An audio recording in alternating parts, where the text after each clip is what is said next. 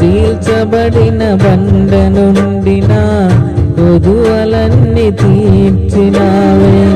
నిలువరమగు ఆత్మశక్తితో కొరతలేని ఫలములతో నన్ను నీ రాజ్యమునకు పాత్రుని చేయ ఏర్పరచుకుంటివే. నన్ను నీ స్వాస్థ్యములో చేరుటకై అభిషేకించినావు. నీ మహిమార్థం వాడబడే నీ పాత్రను నేను, పరిమళ తైలం నీవే. తరగని సంతోషం నీలో, జీవన మకరందం నీవే. తరగని సంగీతం నీలో. క్రైస్తవ